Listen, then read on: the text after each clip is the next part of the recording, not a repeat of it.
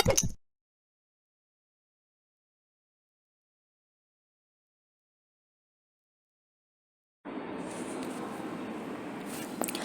morning, everyone. Hope so that you all are fine at your house. So this is the part 2 of our chapter number 5, in which we have already discussed about mahajanapadas and how the people or the type of the government, जिसके अंदर हमने monarchy के बारे में देख लिया था. So now we are moving to the agriculture. So agriculture was the main occupation of the people.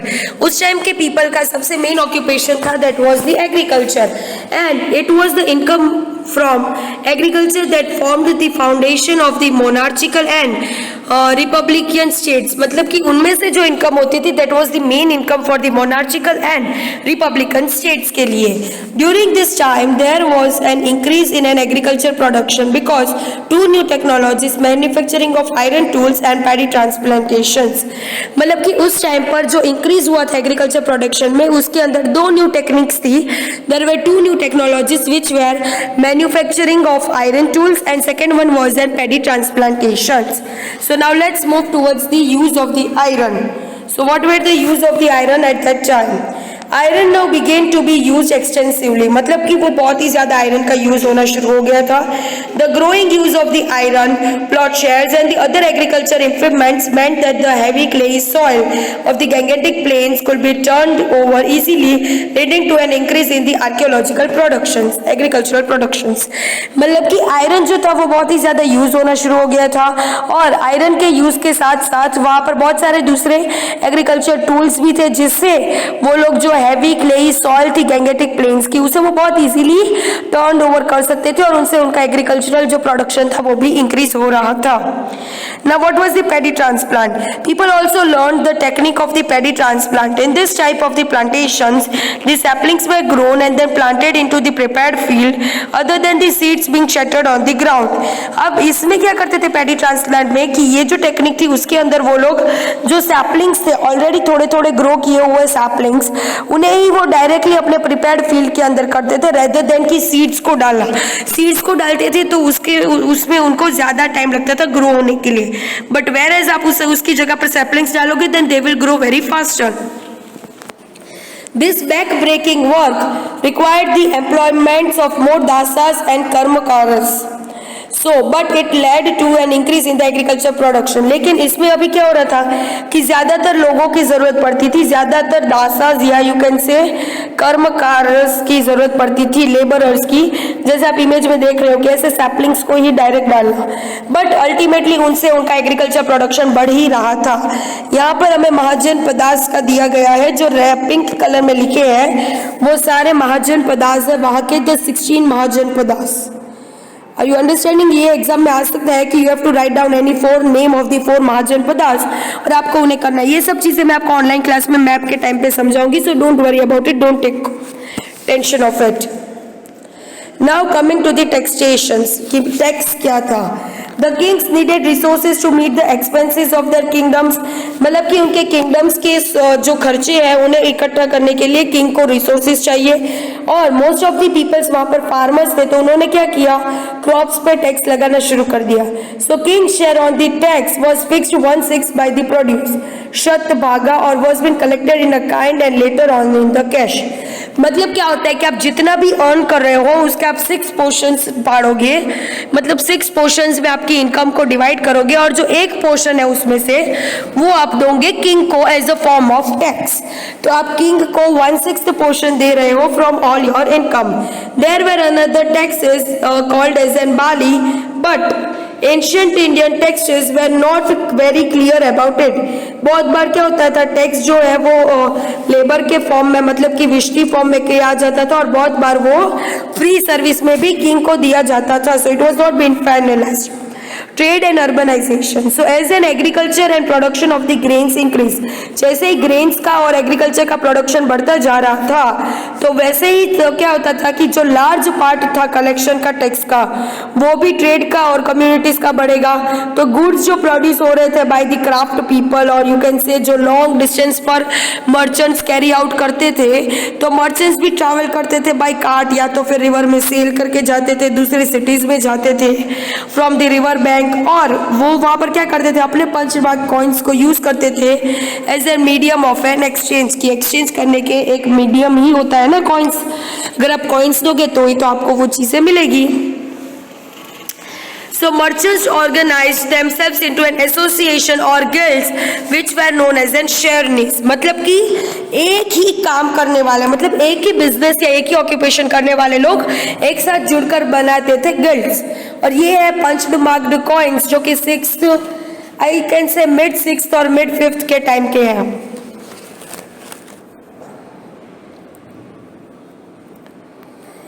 As population increased, villages grew in size and in number. जैसे पॉपुलेशन बढ़ती जा रही थी, villages नंबर में भी बढ़ते थे और वैसे भी बढ़ते जाते थे from in size. Each village has a headman. सारे विलेज का एक हेडमैन होता है. ग्रामणी और ग्रामणिका, who was a link between the village and the king. मतलब कि किसी को कोई भी प्रॉब्लम हो तो वो हेडमैन के पास जाएगा, और अगर उतना बड़ा होगा तो वो ग्रामीण या ग्रामीणी है वो डायरेक्टली किंग से बात करेगा. मतलब कि जो लिंक होती थी वो होती थी ग्रामीण और ग्रामीणी से लेकर किंग तक की. बहुत बार मैनी अ टाइम समटाइम्स क्या होता था that villages developed into the towns, particularly if they were famous for the certain types of the crafts. Towns and cities also emerged because of their proximities to the trade routes. बहुत बार जो villages थे वो towns में convert हो जाते थे क्योंकि उन लोगों की बहुत सारे ऐसे crafts होते हैं जो famous होते हैं. जैसे कि राजस्थान में आप चले जाओ तो कच्छी टाइप का वो भरत का वर्क होता है, तो वो वहाँ का फेमस है. जैसे ही वो वैसे ही सब जगह सब अलग अलग चीजें फेमस होती है. तो यहाँ पर भी टाउन्स और सिटीज में मर्ज होते जा रहे थे, उन लोगों के ट्रेड्स के रूल्स खुले जा रहे थे. They were been starting more and more trades, you know. The emergence of the towns and cities in the North India during this period is referred as a second urbanization. तो इसे हम कहते हैं second urbanization क्योंकि first urbanization कब थी? It was at the Harappan's time. तो second urbanization अब हो रही है. Now are you understanding कि ये sequence में कैसे चला जा रहा है? Now it has been the second urbanization. Now moving to the society, कि उनकी society कैसी होती थी, ठीक है. The social setup of the Jahapadas and Mahajanpadas were similar to that of the later Vedic period. तो later Vedic period में जैसे होता था most probably उसी हिसाब से इसमें भी हुआ करता था. The Varna system that classified people into the Brahman, Kshatriya, Vaishnavas and Shudras continued and came to be firmly established in the societies.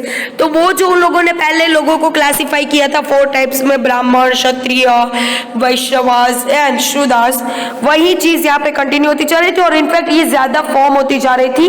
मतलब उसी हिसाब से वो लोग फॉलो करते आ रहे थे. However, no longer skill based, वहां पर अभी कुछ स्किल बेस्ड नहीं रहा था कि इनमें एबिलिटीज है तो इन्हें ये करना चाहिए. No, it was not at all skill based. अब ये सब कुछ हेरिडेटरी होता गया.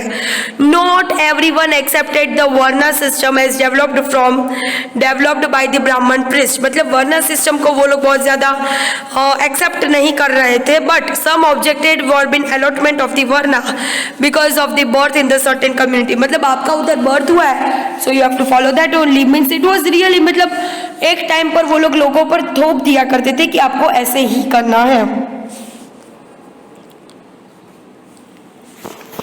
Moving to the religion. So now what are the religion? The period between 600 BCE से लेकर 300 BCE तक का was one of the religious turmoil or you can say the change. Totally change हो जाता था. Sorry. In this age, the Brahmins have begun to dominate the. अभी क्या हो रहा है? ब्राह्मण्स आ गए इमेज में. वो क्या करते थे? वो अपने रिलीजियस प्रैक्टिसेस को डोमिनेट करना शुरू कर दिया था उन्होंने. They encourages complex rituals, elaborate sacrifices, expensive ceremonies and the varna systems. अभी जो ब्राह्मण थे वो क्या करते थे, बहुत ही ज्यादा कॉम्प्लेक्स रिचुअल्स करवाने लगते थे, सेक्रीफाइसेस को बढ़ाने लगते थे, बहुत ज्यादा कॉस्टली सेरेमनीज करवाने लगते थे, and they also emphasis the sanctity of the Vedas. और पीपल जो थे वो धीरे धीरे डिससेटिस्फाई होते जा रहे थे and sought different religious options. फिर वो क्या करते थे, अपने रिलीजन को ही चेंज कर देते थे, because they are not been properly satisfied by the way they are doing. The two new religions जो उस टाइम पर बहुत ज्यादा पॉपुलर होते जा रहे थे, which were Jainism and Buddhism. We shall read more about the Jainism and Buddhism in the next chapter, means in the 6th chapter. अब यहाँ पे हमें केस स्टडी दिखाई गई है मगध औरवा जी की. सो इसके बारे में हमें जानने के लिए हमें पहले जानना पड़ेगा कि किंगडम ऑफ मगध क्या था. तो मगध जो था वो बहुत ही एक इम्पॉर्टेंट महाजनपद था, और यहाँ का जो किंगडम था मगध का, वो अभी भी प्रेजेंट डे में बिहार के नाम से जाना जाता है. और वहाँ पर वैसे भी नॉर्मली नेचुरल बहुत एडवांटेजेस है, because it is been located on the river Ganga and sons. और वहाँ का जो पानी है वो ड्रिंकिंग, कल्टीवेशन और ट्रांसपोर्टेशन के लिए यूज होता है. गंगेटिक प्लेन्स जो थे वो वहाँ के सबसे ज्यादा फर्टाइल एरिया थी. वहाँ पर एल्यूमिनियम सॉइल पाई जाती थी, एलुवियल सॉइल पाई जाती थी, और उसमें बहुत सारे क्रॉप्स भी आप ग्रो कर सकते हो. वहाँ पे सॉइल के अंदर बहुत ज्यादा हाई डिपॉजिट होता था आयरन ओर का, और फिर बहुत सारे एग्रीकल्चरल इम्प्लीमेंट्स, वेपन्स वॉर के लिए बनाए जाते थे. It was also thickly forest, मतलब वहाँ पर फॉरेस्ट भी बहुत ज्यादा है, वुड्स है वहाँ पर मिल जाते हैं, एलिफेंट्स है जो वहाँ पे बहुत ही ज्यादा इनवैल्यूएबल माने जाते हैं. एंड वहाँ पर बहुत सारे स्ट्रॉन्ग रूलर्स भी थे, like Bimbisara, Ajatashatru of an Haryanka dynasty. और मगध का जो पावर था वो कंटिन्यू रहा, एक्सपांड होता गया शैशुगान एंड नंदन फैमिलीज के वजह से. और जब अलेक्जेंडर वहां पर आया, so when the Alexander wanted to go towards the east of the river Indus, जब उन्हें इंडस रिवर के ईस्ट में जाना था, so the people warned him about the massive armies of Nandans. मतलब कि वहाँ की जो मैसिव आर्मीज थी, मतलब बहुत बड़ी बड़ी आर्मीज थी नंदास की. तो अलेक्जेंडर को लोगों ने रोका था, उन्हें बताया था, उन्हें वार्न किया था कि आप वहाँ पे मत जाओ, क्योंकि उनकी आर्मी के पास बहुत बड़े बड़े एलिफेंट्स, चैरियट्स, फुट सोल्जर्स, बहुत सब कुछ था. ऑल्दो नंदास जो थे वो 361 से 321 तक बीसी तक उनका पूरा कंट्रोल था गैगेंटिक प्लेन्स के ऊपर, उनके कैपिटल पाटलिपुत्र पर. और वो लोग बहुत ही ज्यादा क्रूअल थे और ट्राइनेकल थे, और वो बहुत ज्यादा अनपॉपुलर भी थे. So it was an easy for the Chandragupta Maurya कि वो नंदास को वहां से हटाकर पूरी की पूरी मौर्य डायनेस्टी उनके अंदर में ले ले. आपने चंद्रगुप्त मौर्य के बारे में तो सुना ही होगा. उनके ऊपर आई थिंक एक सीरियल भी आते थे अगर आप देखते होते तो. The next one is an Haryanka dynasty. तो हरियांका डायनेस्टी जो थे, now let us read about the 2 great kings of the Magadha. So यहाँ पर हम दोनों जो ग्रेट किंग्स जिसके बारे में हमने ऑलरेडी देखा हरियांका डायनेस्टी के, बिम्बिसरा एंड अजातशत्रु, उसके बारे में हम पढ़ेंगे. बिम्बिसरा जो थे वो फर्स्ट ग्रेट रूलर थे मगध के, और आप लोग कह सकते हो कि जो हरियांका फैमिली को बिलोंग करते थे. उनका जो कैपिटल था वो गिरिवर्ज और राजगिरा था, और उन्होंने मगध को एक पावरफुल किंगडम बनाया था, क्योंकि उन्होंने he married the princesses of the other kingdoms. उन्होंने दूसरी प्रिंसेसेस को मैरी करके उन लोगों का किंगडम भी अपने अंदर ले लिया था, और जिस वजह से उनका ट्रेड में सब में इंप्रूवमेंट होता जा रहा था, और वो आयरन के वेपन्स भी बनाते थे. बिम्बिसरा ने ट्रेरल फॉर द राइज और एक्सपेंशन ऑफ द मगध के लिए बहुत कुछ किया था. अजातशत्रु, बिम्बिसरा का जो सन था अजातशत्रु, वो किंग बना 493 में अंदर अपने खुद के फादर को किल करने के बाद. सो आप देख रहे हो यहाँ पर ये पॉलिटिक्स है. आप अगर कोई भी ऐसी पुरानी सीरियल देखोगे लाइक चाणक्य, चंद्रगुप्त मौर्य की, तो ये सारी पॉलिटिक्स ना वो अंदर बहुत ज्यादा खेलते थे, क्योंकि राजाओं के दुश्मन बाहर होने से ज्यादा तो उनके घर के अंदर ही हुआ करते थे. जैसे कि यहाँ पर बिम्बिसरा के सन ने ही खुद अपने पापा को मार दिया था. Do you know that this is the first record case of an patricide in an ancient India. ये सबसे पहला केस है जब उनके बेटे ने खुद अपने पिता को मार दिया था. He was ambitious and wanted to extend the boundaries of the Magध empire. उन्हें वो पूरे अपने मगध एम्पायर अपने अंडर लेना था और उन्हें बहुत ही ज्यादा एक्सपांड करना था. So he attacked the king Koshala and Lichavai Gangesanda, even though both the rulers were related to him. The capital of the Magध was in Rajgira, और in the modern day आप कह सकते हो राजगीर in बिहार. लेटर एक नया capital आया था, water fort like and जलदुर्गा, जो अभी पाटलिपुत्र में था, बाय एन अष्टशास्त्रु सक्सेसर्स. अब हम बात करेंगे वाजी किंगडम्स की.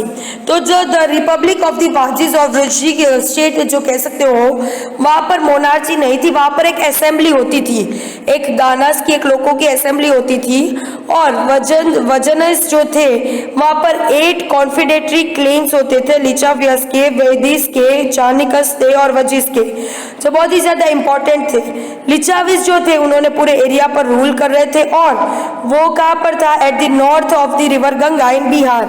वैशाली जो थे वो कैपिटल थे लिचाविस के, और उनका हेडक्वार्टर्स था एट एन वैजन कॉन्फिडेटरी. और द लिचाविस थे वो फॉलोअर्स थे बुद्धा के, so they were really very close to the Magadha. और जो असेंबली थी उन लोगों की, उसके अंदर बहुत सारे मेंबर्स थे जिन्हें हम राजास कहते थे. और जो गानास थे वो बहुत ही बार ईयर में बहुत ही इंपॉर्टेंट डिसीजंस में मिलते थे राजाओं से, और सब लोग मिलजुल कर डिसीजन लेते थे, मेजोरिटी पर डिसीजन लिया जाता था. फॉर एडमिनिस्ट्रेटिव पर्पस क्या होता था कि एक स्मॉलर बॉडीज रखते थे, काउंसिल ऑफ द मिनिस्टर्स की, जिसके अंदर राजा, उपराजा, सेनापति, बानद्वारिका सब लोग आते थे. और वहां पर वुमेन, दासा और स्लेव्स, या तो फिर आप कह सकते हो लैंडलेस लेबरर्स, मतलब कि जिनके पास कोई जमीनें नहीं है, उन लोगों को इस असेंबली में आने से सख्त मना किया जाता था. द लिचाविस जो थे वो बहुत ही ब्रेव थे और वॉरलाइक थे. और अजिता शास्त्रु जो किंग था उस टाइम का मगध का, उन लोगों से वो लोग बहुत फाइट करते थे, लेकिन he failed to defeat them in the open warfare. Open warfare में उन्हें डिफीट करने में वो लोग फेल हो चुके थे. And he sent his minister Vassakara to secretly weaken. उन्होंने क्या किया फिर? अभी ये दूसरी चाल वो लोग शुरू करते, क्योंकि वो लोग वॉर में तो उन्हें हरा नहीं पाए, तो उन्होंने सीक्रेटली अपने मिनिस्टर को वहां पर भेजा और उन लोगों को अंदर लड़ाई करवाई. But his plan was not completely successful, क्योंकि उनका प्लान कम्प्लीटली सक्सेसफुल नहीं हुआ. Ajatashatru had to fight for 16 years till Licchavis could subdued. मतलब कि उन्होंने 16 साल तक उन लोगों की ऐसी ही मतलब चलता रहा, but they weren't been successful so much. So here is our chapter getting over, and in our next video we will discuss about the exercise. So hopefully you have understood about each and everything, and if you have any doubt you are always free to ask me at whatever time you are free. So thank you everyone and have a nice day.